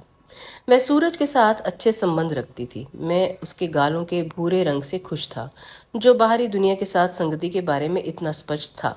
वास्तव में स्वर्ग के पक्ष का प्रमाण पत्र। मुझे अक्टूबर में एक ऐसी लड़की दिखाओ जिसका चेहरा तन गया हो, जिसके हाथों ने पैडल चलाया हो या गोल्फ बॉल को चलाया हो, या गर्मियों के नीले मेहराबों के नीचे एक मक्खी फेंकी हो, और मैं खुशी से उसका उपहास सह लूंगा। वह मुझे सुस्त मान सकती है और मेरी सबसे बुद्धिमानी भरी बात को हंसी से खारिज कर सकती है, क्योंकि डायना की बहन के विशेषाधिकार उसके हैं, और वह है नरम कांत से उसकी आंखों के नीचे की साहसी भगौड़ी झाइयाँ उसे उस समय से जोड़ती हैं जब पेन अपनी ईख पर सीटी बजाता था और सभी दिन लंबे होते थे। मुझे यकीन था कि वह चुपचाप मेरे पास आई थी और मेरी इस असहजता का आनंद ले रही थी, क्योंकि मैं अचानक से पकड़ा गया था। मैंने अपनी टोपी उतार दी थी और डोंगी के पास प्रतीक्षा करते हुए खड़ा हो गया था। मुझे स्वीकार करना होगा कि मैं किसी अन्य व्यक्ति की संपत्ति की अनुचित जांच में पकड़े जाने पर थोड़ा दोषी महसूस कर रहा था, विशेष रूप से एक ऐसे व्यक्ति की जो पूरी तरह से आंखों को भाता हो। सच में, अगर तुम्हें अब उस चप्पू की जरूरत नहीं है। मैंने नीचे देखा और झुंझलाहट से पाया कि मैंने उसे अपने हाथ में पकड़ रखा था। वास्तव में मैं स्वामित्व की ठंडी हवा के साथ उस पर झुका हुआ था। एक बार फिर मैं आपसे माफी चाहता हूँ, मैंने कहा। मुझे उम्मीद नहीं थी। उसने मुझे शांति से देखा, जैसे कोई बच्चा गलती से ड्राइंग रूम के दरवाजे पर आ जाता है और बिना किसी भय के मेहमानों की जांच करता है। मुझे नहीं पता था मैंने क्या उम्मीद की थी या क्या नहीं, और उसने मुझे समझाने में मदद करने का कोई इरादा नहीं दिखाया। उसकी छोटी स्कर्ट 15 या 16 साल की उम्र का संकेत दे रही थी, इससे अधिक नहीं, और ऐसा होने पर कोई कारण नहीं था कि मैं स्थिति पर नियंत्रण ना रखूं। जैसे ही मैंने अपना पाइप टटोला, तंबाकू के गर्म अंगारों ने मेरा हाथ जला दिया और मैंने उसे अपने से दूर फेंक दिया। मैं थोड़ा हंसी और पाइप को घाट के पानी में जाते हुए देखने लगी। बहुत बुरा हुआ, उसने कहा। उसकी नज़र उस पर थी। लेकिन अगर तुम जल्दी करोगे तो इसे बह जाने से पहले पा सकते हो। सुझाव के लिए धन्यवाद, मैंने कहा। लेकिन मुझे ये विचार पसंद नहीं आया कि मैं एक अनजान स्कूली लड़की के सामने पाइप पकड़ने के लिए घाट पर घुटने टेकूं, जो मुझे यकीन था मुझ पर हंसने के लिए उत्सुक थी। वह उस रस्सी की ओर एक कदम बढ़ी जिससे उसकी नाव बंधी हुई थी। मुझे अनुमति दें। अगर आपको लगता है कि आप ऐसा कर सकते हैं तो सुरक्षित रूप से, उसने कहा, और उसकी आंखों में छिपी हंसी ने मुझे परेशान कर दिया। स्त्रीलिंग गांठ मनुष्य को भ्रमित करने के लिए बनाई गई है, मैंने रस्सी पर व्यर्थ झटके मारते हुए कहा, जो अपरिचित फंदों में सुरक्षित रूप से बंधी हुई थी। वह बिल्कुल निरुत्तर थी। ये सोचकर कि शायद मेरे अनाड़ीपन पर हंस रही है, मेरी उंगलियां ज्यादा फुर्तीली नहीं बन पाईं। सेंट अगाथा में समुद्री प्रशिक्षक निस्संदेह एक महिला है। ये गांठ स्नातक पाठ्यक्रम में आनी चाहिए, लेकिन मुझे विश्वास है कि मेरी वीरता आपके धैर्य के बराबर है। लाल टेमोशेंटर में वो लड़की चुप रही। गीली रस्सी अड़ियल थी, गांठ और भी ज्यादा निराशाजनक थी, और स्थिति को हल्का बनाने के मेरे प्रयासों से लड़की में कोई प्रतिक्रिया नहीं हुई। मैंने रस्सी को खींचा और विभिन्न सिद्धांतों पर उसकी उलझन पर हमला किया। मुझे डर है कि ये सर्जरी का मामला है। ये वाकई गार्जियन गांठ है, लेकिन मेरे पास चाकू नहीं है। ओह, लेकिन तुम ऐसा नहीं करोगे, उसने कहा। मुझे लगता है कि मैं इसे संभाल सकती हूँ। मैं नीचे झुकी। मुझे पता था कि उसकी जैकेट की आस्तीन मेरे कंधे को छू रही थी। उसने उस छोर को पकड़ लिया जिसे मैंने अनदेखा किया था। एक पतले भूरे हाथ से उसे तेजी से खींचा और गांठ को खोल दिया। वहां, उसने हल्की हंसी के साथ कहा, मैं तुम्हें बचा सकती थी। मैं कितना मूर्ख हूँ, लेकिन मेरे पास संयोजन नहीं था, मैंने कहा, अपनी असफलता के अपमान को कम करने के लिए डोंगी को सावधानी से स्थिर करते हुए। उसने मेरे हाथ को तुच्छ समझा, लेकिन हल्के आत्मविश्वास से भरे कदमों से नाव को आगे बढ़ाया और चप्पू थाम लिया। देर हो रही थी। जंगल में छाएं गहरी हो रही थी, पानी पर ठंडक छा रही थी और चैपल के टावर के पास आसमान सूर्यास्त की चमक से जगमगा रहा था। कुछ कुशल प्रहारों के साथ वे अपनी छोटी सी कलाकृति मेरे पाइप के पास ले आई, उसे उठाया और घाट पर फेंक दिया। शायद आप इस पर कोई धुन बजा सकें, उसने पैडल को धीरे से नीचे करते हुए कहा। आपने मुझ पर बहुत बड़ा दायित्व डाल दिया है, मैंने कहा। क्या सेंट लुई की सभी लड़कियां ऐसी हैं? अगाथा भी उतनी ही मिलनसार है? मुझे नहीं कहना चाहिए, मैं एक बड़ा अपवाद हूँ, और मुझे वास्तव में आपसे बात नहीं करनी चाहिए। ये नियमों के विरुद्ध है और हम धूम्रपान को प्रोत्साहित नहीं करते हैं। मुझे लगता है कि पादरी धूम्रपान नहीं करते, चैपल में नहीं। मेरा मानना है कि ऐसा नहीं किया जाता, और हम शायद ही उसे कहीं और देखते हैं। अब तक वह चप्पू को धीरे धीरे चला रही थी, लेकिन अब उसने अपनी आंखें उठाईं और लंबे वार के लिए ब्लेड को पीछे खींच लिया। लेकिन जंगल में आज सुबह दीवार के पास, मैं आज भी खुद से नफरत करता हूं कि मैंने उसे इतना चौंका दिया था।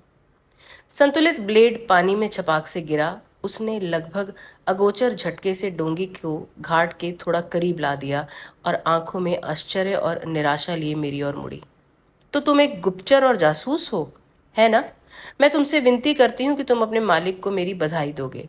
मैं वास्तव में तुमसे माफी मांगती हूँ, क्योंकि मुझे लगा था कि तुम एक सज्जन व्यक्ति हो, उसने जोर देकर कहा और भागते समय अपनी ब्लेड को गहराई में डुबो दिया। मैंने हकलाते हुए उसके पीछे उसको पुकारा, लेकिन उसकी हल्की सी आग्रसी पानी को लगातार छू रही थी। चप्पू प्रशिक्षित सटीकता के साथ ऊपर नीचे हो रहा था। मुश्किल से एक लहर बनाते हुए वह सूर्यास्त के परी टावरों की ओर धीरे धीरे आगे बढ़ रही थी। मैं उसे देख रहा था, आत्म तिरस्कार से प्रेरित। पीले और लाल रंग की एक महिमा पश्चिम में भर गई। अचानक हवा झोंपड़ियों की कतार के पीछे जंगल में कराह उठी, मेरे ऊपर बह गई और झील की सतह पर लहरें पैदा कर दी। मैंने उसकी उड़ान को तब तक देखा जब तक कि उसने उसकी डोंगी को पकड़ नहीं लिया, और मैंने उस कमजोर नाव की त्वरित प्रतिक्रिया को देखा, क्योंकि हिलते हुए पानी ने उसकी सतर्क आकृति को ऊपर की ओर उछाल दिया। उसका ब्लेड अभी भी अपनी नियमित डुबकी बनाए हुए था, जब तक कि वह एक छोटे से प्रायद्वीप के पीछे गायब नहीं हो गई, जिसने स्कूल के मैदान के पास एक बंदरगाह बना दिया। अंततः लाल तमोशंटर लाल आकाश में विलीन हो गया और मैं अपनी डोंगी की ओर मुड़ा और बिना किसी उत्साह के घर की ओर चल पड़ा। अब आगे बढ़ते हैं अध्याय 7, दीवार पर आदमी की ओर। तो अब तक हमें ये तो समझ में आ गया है कि नायक को लगता है धीरे धीरे प्यार हो रहा है। चलिए आगे देखते हैं कि ये प्रेम कथा आगे बढ़ती है या रहस्य गहराता है। अध्याय 7, दीवार पर आदमी। मैं खुद पर इतना गुस्सा था कि 1 घंटे तक किनारे पर बेकार घूमने के बाद मैं अंधेरे जंगल में रास्ता भूल गया। जब मैं उतरा और पीछे के दरवाजे पर पहुंचा, जिसका इस्तेमाल बेट्स गांव वालों से संवाद करने के लिए करते थे जो हमें चारा मुहैया कराते थे, मैं आसानी से रसोई में और उसके आगे सीढ़ियों की एक उड़ान तक पहुंच गया जो पहली और दूसरी मंजिलों को जोड़ती थी। घर में अंधेरा था और अंधेरे में अपरिचित रास्ते पर ठोकर खाते हुए मेरी अच्छी आत्माओं में कोई वृद्धि नहीं हुई। मुझे डर है कि मेरे दादाजी पर एक अभिशाप था, जिन्होंने इतना बेतुका घर बनाया और अधूरा छोड़ दिया। लड़की पर मेरा अक्षम्य प्रहार अभी भी मुझे परेशान कर रहा था और मैं पानी पर रात की ठंड के तेज बहाव से ठंडा हो गया था और अधिक आरामदायक कपड़े पहनने के लिए उत्सुक था। दूसरी मंजिल पर पहुंचने के बाद मुझे लगा कि मैं अपने कमरे का रास्ता जानता हूं और मैं खुरदरे फर्श पर अपना रास्ता तलाश रहा था जब मैंने अपने बैठने के कमरे में से धीमी आवाज़ें सुनी। हॉल में घुप अंधेरा था। मैं रुक गया और सुनने लगा। मेरे कमरे का दरवाज़ा खुला था और एक हल्की रोशनी हॉल में एक बार चमकी और गायब हो गई। अब मुझे लकड़ी के काम पर हथौड़े की थपथपाहट जैसी आवाज़ सुनाई दी। फिर वह रुक गई और एक आवाज़ फुसफुसाई, अगर वह मुझे यहाँ पा गया तो वह मुझे मार डालेगा। मैं कल फिर कोशिश करूँगा। मैं भगवान की कसम खाता हूँ कि मैं तुम्हारी मदद करूँगा, लेकिन अब और नहीं। फिर हाथापाई की आवाज़ आई और फिर हथौड़े की थपथपाहट। कुछ मिनट तक ऐसा ही चलता रहा और फिर फुसफुसाते हुए संवाद हुआ जिसे मैं सुन नहीं सका। जो कुछ भी हो रहा था उसमें 2 या 3 बातें मेरे दिमाग में तुरंत कौंध गईं। एक, साजिशकर्ता अभी तक अज्ञात कार्य में अनिच्छुक था। दूसरा, वे असफल हो गए थे और उन्हें दूसरे अवसर की प्रतीक्षा करनी चाहिए। और तीसरा, ये व्यवसाय चाहे वह कुछ भी हो मेरे लिए कुछ हद तक महत्वपूर्ण था, क्योंकि मेरे दादा के अजीब घर में मेरे अपने अपार्टमेंट को जांच के लिए चुना गया था। स्पष्ट है मैं इस घटना को बंद करने के लिए तैयार नहीं था, लेकिन अपने साथियों को डराने का विचार मेरे लिए बहुत ही निराशाजनक था। आगंतुकों ने मेरी हास्य भावना को आकर्षित किया। मैं सामने की सीढ़ी पर चुपके से गया, हल्के से नीचे भागा, सामने का दरवाजा पाया और अंदर से उसे खोला और जोर से बंद कर दिया। मैंने तुरंत ऊपर से एक जल्दबाजी में भागने की आवाज़ सुनी और अंधेरे में ठोकर खाने वाले व्यक्ति के भारी गिरने की आवाज़ सुनी। मैं इस दुर्घटना की आवाज़ सुनकर वास्तविक खुशी से मुस्कुराया। जल्दी से बड़ी लाइब्रेरी में गया जो एक कुएं की तरह अंधेरे में थी और लंबी खिड़कियों में से एक को खोलकर बैल्कनी में बाहर आ गया। तुरंत घर के पीछे से एक चुपके से कदम की आवाज़ आई जो खड्ड के पुल पर दौड़ने की आवाज़ में बदल गई।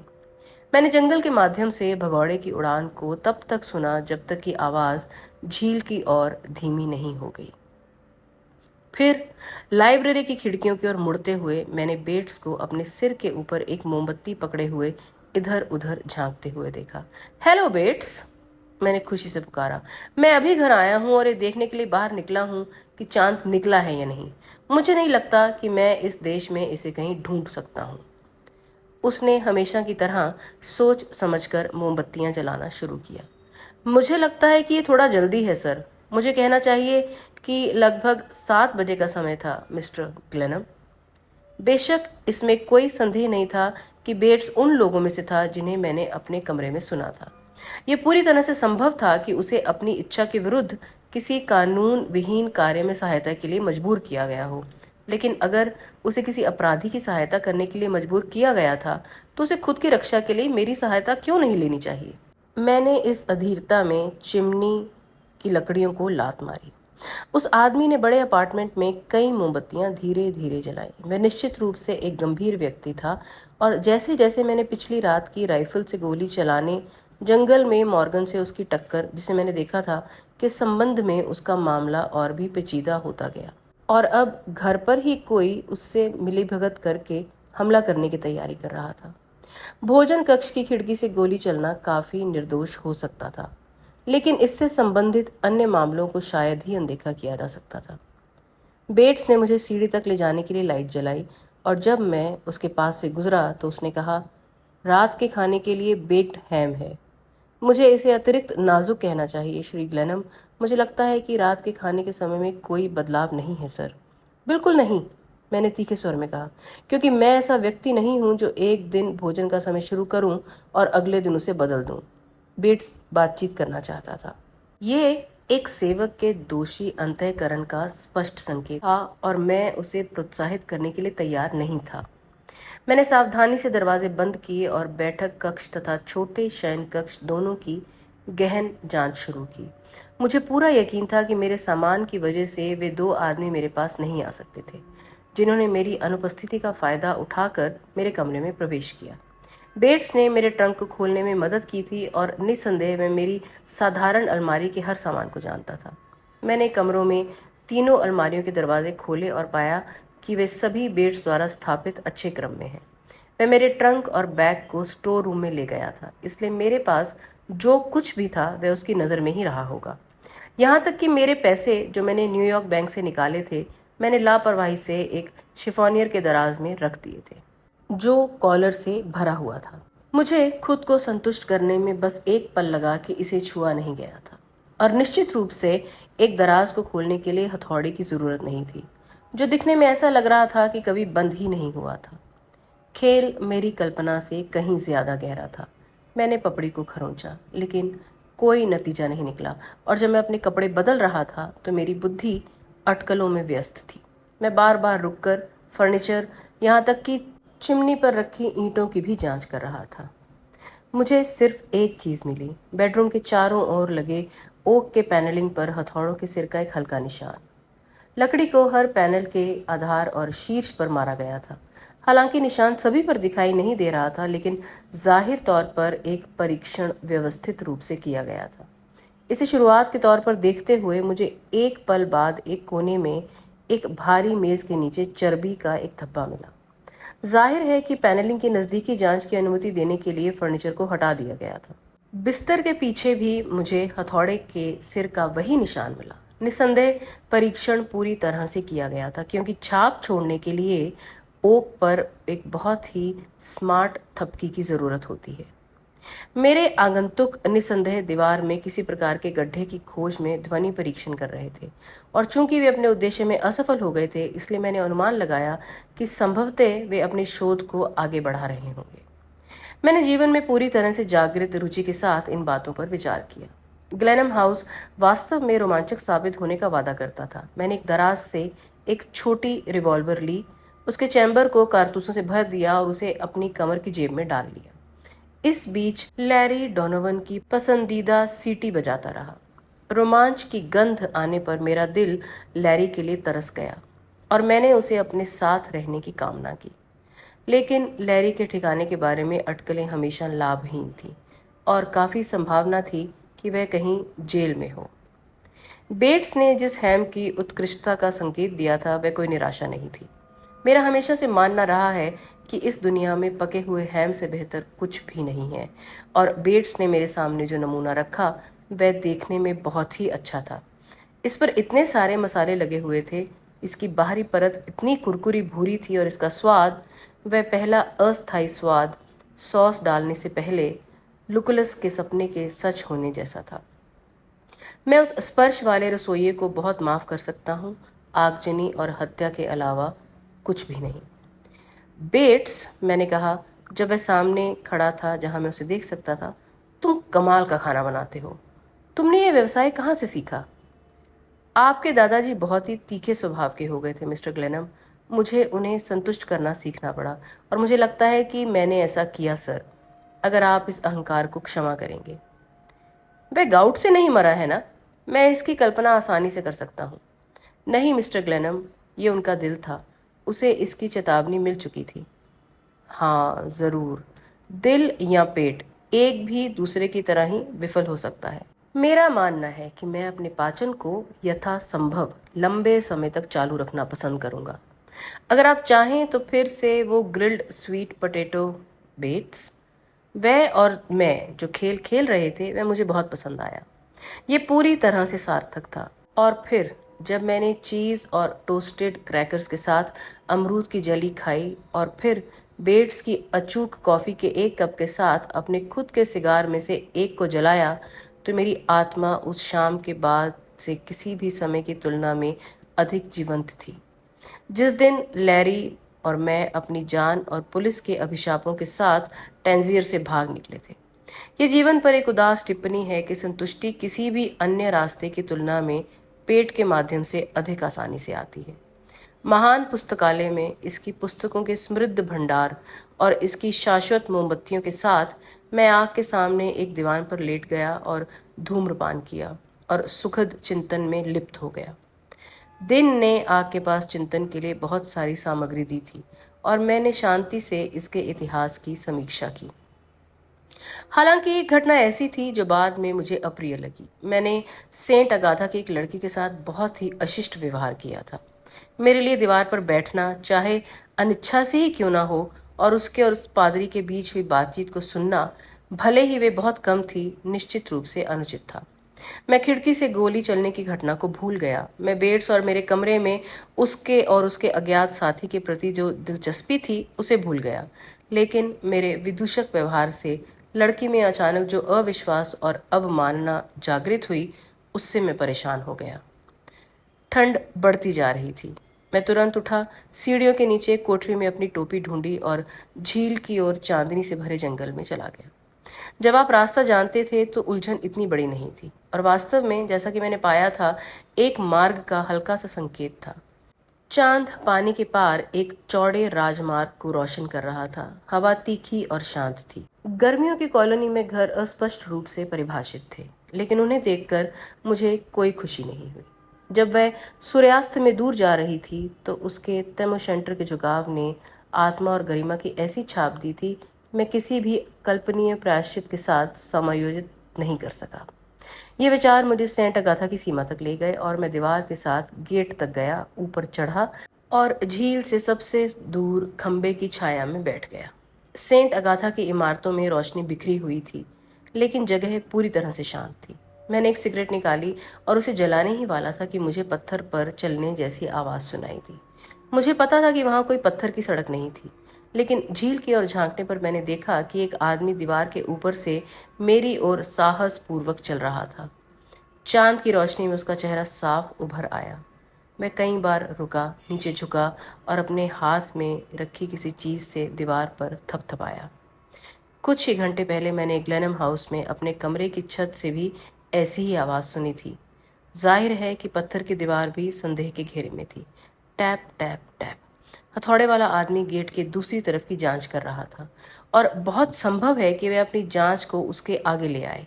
मैंने अपने पैर ऊपर खींचे और खंबे की छाया में हाथ में रिवॉल्वर लेकर बैठ गया। मैं मुठभेड़ के लिए उत्सुक नहीं था। मैंने अपने दादा की संपत्ति की दीवारों पर इस रहस्यमय थपकी के पीछे छिपे उद्देश्य के खुलासे का इंतजार करना पसंद किया, लेकिन इससे पहले कि मैं इस पर बहस कर पाता, मामला मेरे हाथ से छीन लिया गया। वह आदमी जमीन पर गिर पड़ा, गेट के नीचे पत्थर के आधार को ठोका, इसी तरह खंभों को भी जाहिर तौर पर बिना किसी नतीजे के। लोहे की सलाखों पर एक क्रूर दरार मारी, फिर अचानक खड़ा हो गया और मेरी आंखों में सीधा देखा। ये मॉर्गन था, जो समर कॉलोनी का केयरटेकर था। गुड इवनिंग मिस्टर मॉर्गन, मैंने रिवॉल्वर अपने हाथ में लेते हुए कहा। उसके आश्चर्य के बारे में कोई संदेह नहीं था। मैं पीछे हट गया, मेरी ओर गौर से देखने लगा और सहज ही उसने हथौड़ा अपने कंधे पर खींच लिया, मानो उसे वह मेरी ओर फेंकना चाहता हो। मॉर्गन, तुम थोड़ी देर जहां हो वहीं रहो, मैंने प्रसन्नतापूर्वक कहा और उससे बात करने में अधिक सहजता के लिए दीवार पर बैठ गया। वह परेशान होकर खड़ा था। हथौड़ा उसकी बाह की दूरी पर लटक रहा था, जबकि मेरी रिवॉल्वर उसके सर पर थी। अब अगर आप कृपया करें तो मैं जानना चाहूँगा कि यहाँ घूमने और मेरे घर में छानबीन करने से आपका क्या मतलब है। ओह, ये आप ही हैं ना मिस्टर ग्लेनम? खैर, आपने तो मुझे बुरी तरह डरा दिया। उसके चेहरे पर राहत की लहर थी और दाढ़ी के बीच से उसके दांत सुखद ढंग से दिख रहे थे। हाँ, मैं ही हूं, लेकिन तुमने मेरे सवाल का जवाब नहीं दिया। तुम आज मेरे घर में क्या कर रहे थे? वह फिर मुस्कुराया और अपना सिर हिलाया। आप सच में बेवकूफ़ी कर रहे हैं मिस्टर ग्लेनम। मैं आज आपके घर में नहीं था। मैं अपने जीवन में कभी भी आपके घर में नहीं था। उसकी हल्की दाढ़ी में उसके सफ़ेद दांत चमक रहे थे। उसकी टोपी उसके माथे से पीछे की ओर खिसकी हुई थी ताकि मैं उसकी आंखें देख सकूं। और वह स्पष्ट रूप से एक ऐसे व्यक्ति की तरह दिख रहा था जिसका विवेक पूरी तरह से साफ है। मुझे पूरा भरोसा था कि वह झूठ बोल रहा है, लेकिन बेट से अपील किए बिना मैं इसे साबित करने के लिए तैयार नहीं था। लेकिन अब आप इस बात से इनकार नहीं कर सकते कि आप मेरे मैदान में हैं, है ना? मैंने रिवॉल्वर अपने घुटने पर गिरा दिया था, लेकिन मैंने उसे फिर से ऊपर उठा लिया। बिल्कुल नहीं मिस्टर ग्लेनम, अगर आप मुझे समझाने की इजाज़त दें। मैं तो यही चाहता हूं कि तुम ये करो।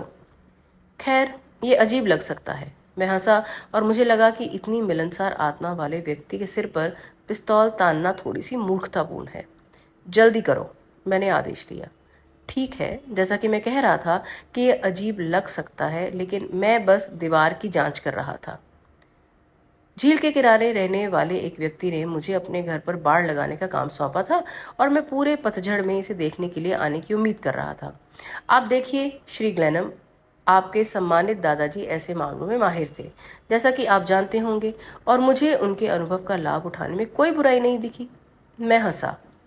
उसने घर में घुसने से इतने भरोसे के साथ इनकार किया था कि मैं दीवार में उसकी दिलचस्पी के बारे में कुछ बहुत ही विश्वसनीय स्पष्टीकरण के लिए तैयार था। मॉर्गन, तुमने कहा था ये मॉर्गन है ना? तुम निस्संदेह अव्वल दर्जे के बदमाश हो। मैं ये टिप्पणी खुशी से कर रहा हूँ। उसने कहा, कम बोलने के कारण लोगों की हत्या कर दी गई और एक आदमी के सिर पर खिड़कियों से गोली चलाने से भी कम काम के लिए। यह आपके लिए दोस्ताना व्यवहार नहीं था? मुझे समझ नहीं आता, आप अपना सारा शक मुझ पर क्यों केंद्रित कर रहे हैं? आप मेरी अहमियत को बढ़ा चढ़ाकर पेश कर रहे हैं मिस्टर ग्लेनम। मैं तो बस एक समर रिसोर्ट में काम करने वाला आदमी हूँ। मॉर्गन, मैं तुम पर विश्वास नहीं करूंगा, अगर तुम इस दीवार जितनी ऊंची बाइबलों के ढेर की कसम खाओ तो भी। धन्यवाद, उसने उपहासपूर्वक कहा। एक पल की तरह उसने हथौड़ा अपने सिर के ऊपर घुमाया और मुझ पर फेंका, और उसी क्षण मैंने गोली चला दी। हथौड़े का सिर खंबे के बाहरी किनारे पर लगा और इस तरह से कि हैंडल उड़कर मेरे चेहरे पर आकर लगा। जब तक मैं मैदान में पहुंचा, वह आदमी पार्क में तेजी से भाग रहा था, पेड़ों के बीच से अंदर बाहर भाग रहा था, और मैं तेज गति से उसके पीछे गया। एक पल को उसने हथौड़ा घुमाया और उसी क्षण मैंने गोली चला दी। हथौड़े की हैंडल ने मेरे माथे पर तिरछा वार किया था और मेरे सिर में चोट लगने से दर्द हो रहा था। मैंने उस मुठभेड़ को इतनी बेवकूफ़ी से संभालने के लिए खुद को कोसा और गुस्से में केयरटेकर की उड़ती हुई आकृति पर बिना किसी लक्ष्य के 2 बार गोली चलाई। उसे स्पष्ट रूप से जंगल से परिचित होने का लाभ था। उसने साहस पूर्वक जंगल के बीचों बीच वार किया और जल्दी से हमारे बीच की दूरी बढ़ा दी, लेकिन मैं आगे बढ़ता रहा। यहाँ तक कि जब मैंने उसे झाड़ियों के बीच से गुजरते हुए सुनना बंद कर दिया और नाव घर से लगभग 50 फीट की दूरी पर झील के किनारे पर आ गया, मैं कुछ देर तक छाया में इंतजार करता रहा, उम्मीद करता रहा कि वह फिर से दिखाई देगा, लेकिन वह दिखाई नहीं दिया। मैंने बड़ी मुश्किल से दीवार को ढूंढा और उसके पीछे पीछे गेट तक गया। मैंने सोचा कि हथौड़ा अपने पास रखना ही ठीक रहेगा, और मैं दीवार के सेंट अगाथा वाले हिस्से पर उतर गया और पत्तियों के बीच टटोलता रहा जब तक कि मुझे हथौड़ा नहीं मिला। फिर मैं घर चला गया। लाइब्रेरी में गया, उसमें बहुत सारी मोमबत्तियां जलाई जैसे मैंने उसे छोड़ा था, और आग के सामने ध्यान करने बैठ गया। मैं घर से केवल 45 मिनट ही दूर था। मित्रों, क्या आपकी भी मनोदशा वही है जो मेरी है? अभी फिलहाल एक चीज़ को दूसरी चीज़ से जोड़ पाना कठिन हो रहा है, लेकिन मेरा विश्वास कीजिए, अगले अध्याय में हमें बहुत कुछ और चीज़ें खुलती हुई नजर आएंगी। आज का एपिसोड पार्ट 2, 1000 मोमबत्तियों वाले घर नॉवल का अब हम यहीं समाप्ति करते हैं, और मैं लेकर आऊँगी आपके लिए इसका पार्ट 3 बहुत जल्द। तब तक जुड़े रहिए।